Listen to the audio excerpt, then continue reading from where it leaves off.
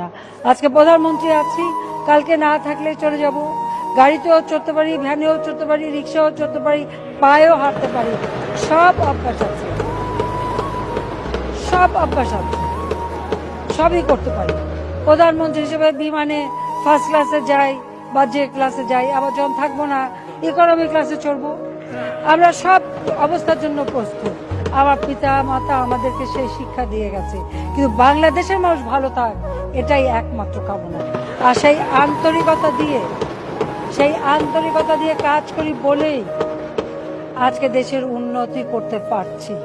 যদি শুধু নিজেদের কথা ভাবতাম তাহলে কিন্তু পারতাম না। আমার স্পিকার লোভে পেয়ে বসতো, তা আল্লাহর রহমতে সে লোভ আমাদের পাইনি। এদেশের মানুষের জন্য একসময় পুরনো কাপড় বিদেশ থেকে এনে দেওয়া হতো, কি লজ্জার কথা। আর আল্লাহর রহমতে এখন মানুষের সে অভাব নাই। এমনকি এখন যে কাপড় পাঠাচ্ছে, ঈদের সময় কাপড় পাঠিয়েছে এলাকা থেকে লোক এসে বললো, আব্বা কাপড় তো পাঠাচ্ছেন, দেবার লোক খুঁজে পাই না। দেশের মানুষের এখন পেটে ভাত আছে, তাদের মাথা গোঁজার ঠাঁই আছে। আর যেটুকু বাকি আছে, হিসেব করেছি 2,80,000 মানুষ, তাদের ঘর নাই। নদী ভাঙনে অনেকে নিঃস্ব হয়ে গেছে। ইতিমধ্যে প্রকল্প নিয়েছি যে একটি মানুষও গৃহহারা থাকবে না, একটি মানুষও অভুক্ত থাকবে না। মানুষের চাহিদা পাল্টে গেছে। আগে